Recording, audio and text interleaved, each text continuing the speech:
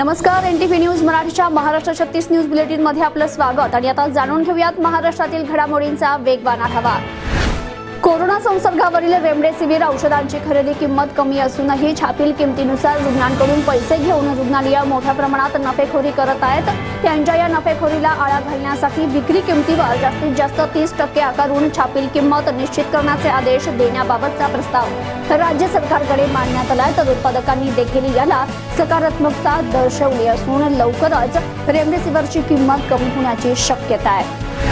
स्वाभिमानी शेतकरी संघटनेचे नेते राजू शेट्टी ऊसाच्या एकर कमी एफआरपीच्या मुद्द्यावर आक्रमक झाले, तर एक जखमी एफआरपी साठी स्वाभिमानी शेतकरी संघटनेतर्फे राजाराम बापूसह साखर कारखाना राजाराम नगर या ठिकाणी ठिय्या आंदोलन केल्यानंतर आता सातारा जिल्ह्यातील राष्ट्रवादी काँग्रेसचे महत्त्वाचे नेते सहकार मंत्री बाळासाहेब पाटील यांच्या विरोधात आंदोलन करण्याचा इशारा दिलाय। तसेच बाळासाहेब पाटील यांच्या सह्याद्री कारखान्यानेच एफआरपीचा नियम मोडला असा दावा स्वाभिमानी शेतकरी संघटनेने केलाय।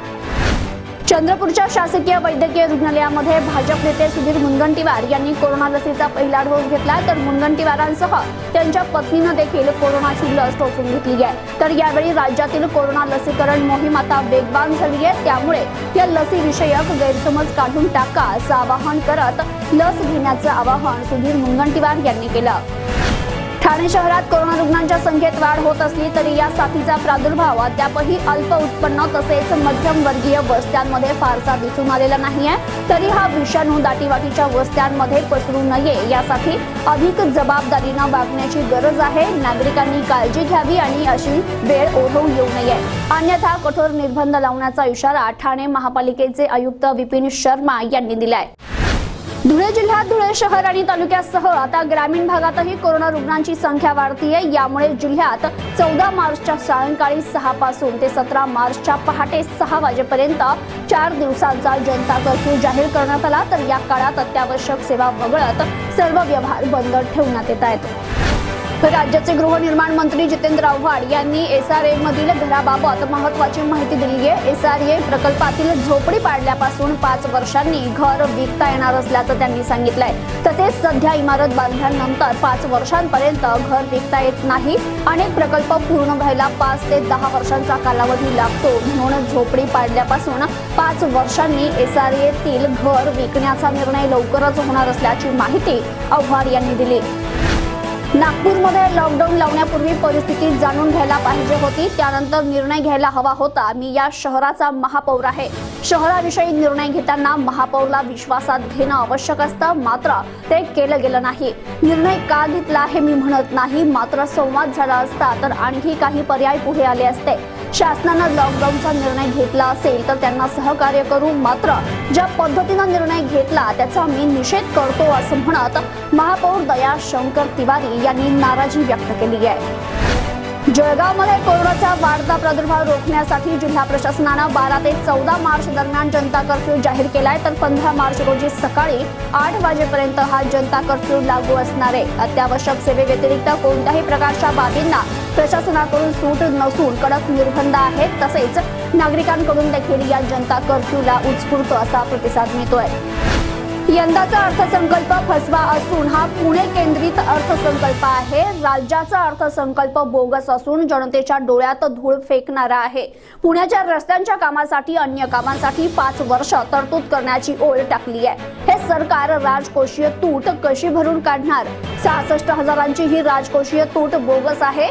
अर्थसंकल्पात सांगितलेली सगळी आकडेवारी देखील बोगस आहे अशी टीका भाजप नेते नारायण राणे यांनी राज्य सरकारवर केली आहे। जव्हार तालुक्यातील हिरडपाडा अनुदानित आश्रमशाळेतील 9 विद्यार्थ्यांना कोरोनाची लागण झाली आहे। जव्हार नगर परिषद हद्दीत नुकतेच 9 कोरोना पॉझिटिव्ह रुग्ण आढळले। तसेच बिनवळ आश्रमशाळेच्या किचन शेडमधील 16 कर्मचारी तसेच तालुक्यातील एका आश्रमशाळेत 37 विद्यार्थ्यांना कोरोनाची लागण झाली असून 3 शिक्षक देखील कोरोना पॉझिटिव्ह आढळल्याची माहिती जव्हार तालुका आरोग्य अधिकारी डॉ. किरण पाटील यांनी दिली। अन्वय नाईक कुटुंबियांना पुढे करून उद्धव ठाकरे आणि रश्मी ठाकरे हे पैशांची अफरातफर करतायत, परंतु उद्धव ठाकरे तुमची गाठ माझ्याशी आहे, तुम्हाला सगळे हिशोब द्यावेच लागतील, असं वक्तव्य भाजपचे नेते किरीट सोमय्या यांनी केलंय. तर मी नाईक कुटुंबीय आणि ठाकरे यांचा जमीन घोटाळा बाहेर काढला तेव्हा शिवसेनेचे 12 नेते माझ्या विरोधात एकवटले होते, मात्र आता हे सगळे कुठे गेले असा सवाल देखील किरीट सोमय्या यांनी केलाय. सातारा जिल्ह्यात पडळ येथील खटावमान साखर कारखान्यातील अधिकाऱ्याचा मारहाणीत मृत्यू झालाय. साखर कारखान्यातील साखरेची अफरातफर केल्याच्या आरोपातून हा प्रकार घडलाय. तर या प्रकरणी माजी आमदारासह 19 जणांवर 302 कलमांतर्गत गुन्हा दाखल झालाय. तर यामध्ये राष्ट्रवादीचे माजी आमदार प्रभाकर घारगे यांचं देखील नाव आहे. कोरोनाच्या पार्श्वभूमीवर जालन्याचे जिल्हाधिकारी यांनी जालना शहरामध्ये रात्री 7 वाजल्यानंतर अत्यावश्यक वस्तूंची दुकानं सोडून सर्व दुकाने 31 मार्च पर्यंत बंद ठेवण्याचे आदेश दिल्यानंतर शहरात नागरिकांनी या बंदला 100% असा प्रतिसाद दिलाय. पातूर पंचायत समिती अंतर्गत येत असलेल्या शिरला गावातील अनेक वर्षांपासून वंचित राहत असलेल्या रस्त्याला अखेर मंजुरी मिळून ते काम पूर्ण झाल्यानं ग्रामस्थांनी समाधान व्यक्त केलंय. जवळपास 3.5 महिन्यांपासून फरार असलेल्या यशस्विनी महिला ब्रिगेडच्या अध्यक्ष आणि सामाजिक कार्यकर्त्या रेखा जरे यांच्या हत्या प्रकरणातील मुख्य सूत्रधार पत्रकार बाळ बोठे याला अखेर अहमदनगर पोलिसांनी हैदराबादमधून ताब्यात घेतलंय. राज्यात एमपीएससीची पूर्वपरीक्षा आता येत्या 21 मार्च रोजी घेण्याचं राज्य लोकसेवा आयोगाकडून जाहीर करण्यात आलंय. मात्र त्यानंतर देखील भाजपा आमदार गोपीचंद पडळकर यांनी राज्य सरकारला इशारा दिला. सरकारची जत्रा आणि कारवाई 17 असा या सरकारचा कारभार सुरू आहे. 21 तारखेला जर ही परीक्षा नाही झाली तर मी या विद्यार्थ्यांसोबत वर्षा निवासस्थानाबाहेर उपोषणाला बसणार असं देखील पडळकर म्हणाले.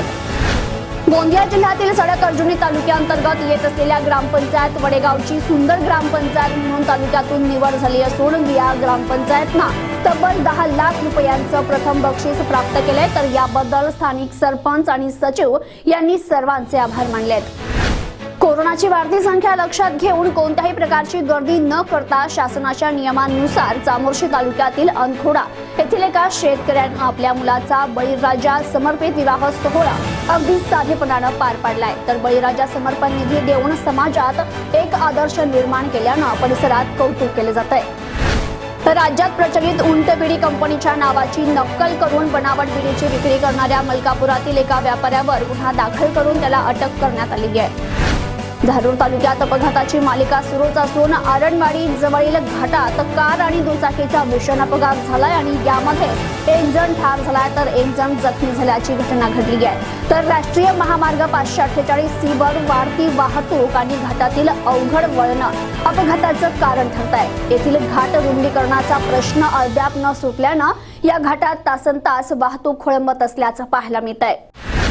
मराठा आरक्षणाच्या संदर्भात सरकारच्या भूमिकेत सुरुवातीपासूनच समन्वय नव्हता. वेळोवेळी सरकारची भूमिका बदलत गेली आहे. काही ठोस नियोजन आहे की नाही हे मला सरकारला विचारायचं आहे असं संभाजीराजे छत्रपती यांनी म्हटलंय. तर यावेळी त्यांनी सरकारने तुझं माझं करण्यापेक्षा मराठा आरक्षण प्रश्न सोडवावा असं देखील बोलून दाखवलं.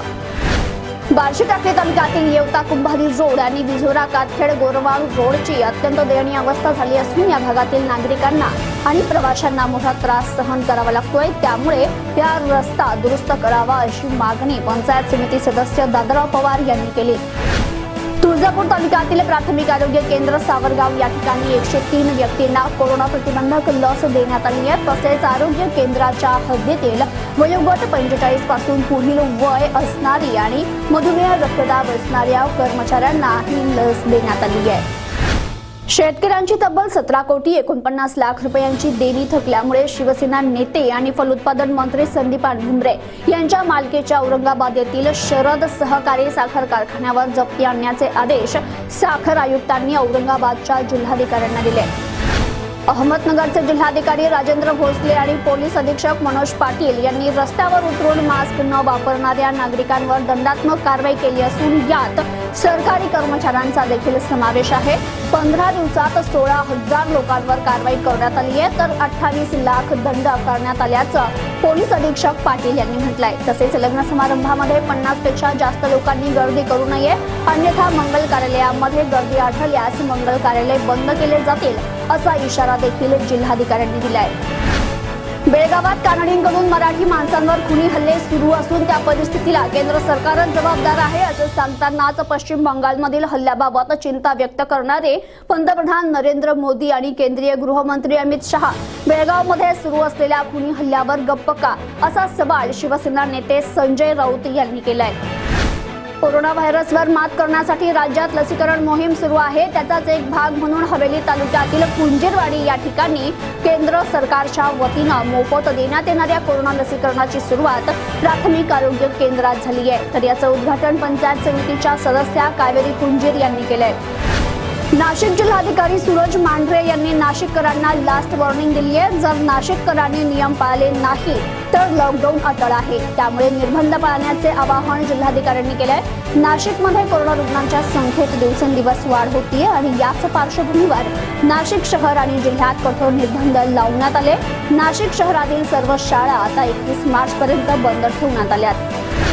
गेल्या काही महिन्यांपासून कल्याणशीळ रोड हा 6 पदरी करून यावर कॉन्क्रिटीकरण करण्यात येत आहे। हे काम युद्ध पातळीवर चालू असून कल्याण फाटा ते पालवापर्यंत जवळपास 80% काम पूर्ण झालंय। तर पुढील रस्त्यावर देखील कॉन्क्रिटीकरण करण्यात येत आहे। मात्र हे काम चांगल्या दर्जाचं केलं जातंय की नाही असा प्रश्न उपस्थित करत कंत्राटदार कामाचा दर्जा दाखवत नसतील तर आम्हाला शेवटी खळबळखट्याळ करावं लागेल असा इशारा मनसेचे आमदार राजू पाटील यांनी दिलाय। सामाजिक न्याय विभागाअंतर्गत परदेशातील नामांकित विद्यार्थ्यांमध्ये उच्च शिक्षण घेणाऱ्या विद्यार्थ्यांना देण्यात येणाऱ्या परदेश शिष्यवृत्ती योजनेच्या नियमात अंशतः बदल करण्यात आला असून यानुसार आता योजनेचे लाभार्थी म्हणून निवड झालेल्या विद्यार्थ्यांनी काही कारणास्तव लाभ नाकारल्यास निवड सूचीतील प्रतीक्षा यादीतील पुढील पात्र विद्यार्थ्यांना परदेश शिष्यवृत्तीचा लाभ मिळू शकेल असा निर्णय सामाजिक न्याय व विशेष सहाय्य मंत्री धनंजय मुंडे यांनी घेतलाय। कोरोनाची साखळी तोडण्यासाठी राज्य सरकारनं सरसकट लॉकडाऊनचा निर्णय अजिबात घेऊ नये, त्यापेक्षा नियमावलीची कडक अंमलबजावणी करण्यावर जोर द्यावा अशी मागणी मनसे नेते बाळा नांदगावकर यांनी केली आहे। कोरोनाचा वाढता प्रादुर्भाव लक्षात घेता पुण्यातील 18 वर्षावरील व्यक्तींना देखील कोरोना लसीकरणाची परवानगी द्यावी अशी मागणी उपमुख्यमंत्री तथा पुण्याचे पालकमंत्री अजित पवार करणार आहेत। तर पुणे जिल्ह्यातील कोरोनाग्रस्तांचा वाढता आकडा लक्षात घेता अजित पवार केंद्र सरकारकडे ही मागणी करणार आहेत। राज्यातील जिल्हा परिषदा, पंचायत समिती आणि ग्रामपंचायतींना 15व्या वित्त आयोगातून आता स्वच्छता, हागणदारी मुक्त, गावाची देखभाल दुरुस्ती तसेच पेयजल, पाणी पुरवठा, जल पुनर्भरण, पावसाच्या पाण्याची साठवण, जल पुनर्प्रक्रिया या उपक्रमांसाठी अधिकचा निधी मिळणार आहे। 15व्या वित्त आयोगातून प्राप्त होणाऱ्या एकूण निधींपैकी 60% निधी आता या बाबींसाठी खर्च करता येणार आहे अशी माहिती ग्रामविकास मंत्री हसन मुश्रीफ यांनी दिली। जव्हार एकात्मिक आदिवासी विकास प्रकल्प अंतर्गत येणारी शासकीय कन्या आश्रमशाळा साकोर येथील इयत्ता 10वीत शिक्षण घेत असलेली एक विद्यार्थिनी 2 महिन्याची गरोदर असल्याचं वैद्यकीय तपासात निष्पन्न झाल्याची धक्कादायक घटना घडली आहे। तर ही घटना जव्हार तालुक्यात समोर आली आहे आणि यासारख्या अनेक घटनांनी नेहमी चर्चेत असलेले जव्हार आदिवासी एकात्मिक प्रकल्प कार्यालय पुन्हा एकदा चव्हाट्यावर आलंय। कल्याणशीळ रस्त्यावर काटई येथे महाराष्ट्र रस्ते विकास महामंडळाचा टोल नाका असून या टोल नाक्यावर केवळ अवजड वाहनांना टोल आकारला जात होता, परंतु खासदार श्रीकांत शिंदे यांनी राज्य सरकार आणि सार्वजनिक बांधकाम मंत्री एकनाथ शिंदे यांच्याकडे टोल नाका कायमस्वरूपी बंद करण्यात यावा अशी मागणी केली होती। त्यास अखेर यश मिळालं असून काटई येथील टोल वसुली बंद झाल्यामुळे वाहतूक कोंडीपासून आता प्रवाशांची मुक्तता होणार आहे। मनसुख हिरेन मृत्यू प्रकरणात वादाच्या भोवऱ्यात सापडलेले सहाय्यक पोलीस निरीक्षक सचिन वाझे यांची नागरी सुविधा केंद्रात बदली झाल्यानंतर त्यांचं व्हॉट्सअप स्टेटस लक्ष वेधून घेत आहे। जगाला आता गुड बाय करण्याची वेळ जवळ आली आहे असं सूचक स्टेटस वाझेंनी ठेवल्यामुळे सर्वत्र एकच खळबळ उडाली आहे। महाराष्ट्र 36 न्यूज बुलेटिन मध्ये येथेच थांबूयात, पुन्हा भेटूयात पुढच्या बुलेटिन मध्ये। तोपर्यंत नमस्कार।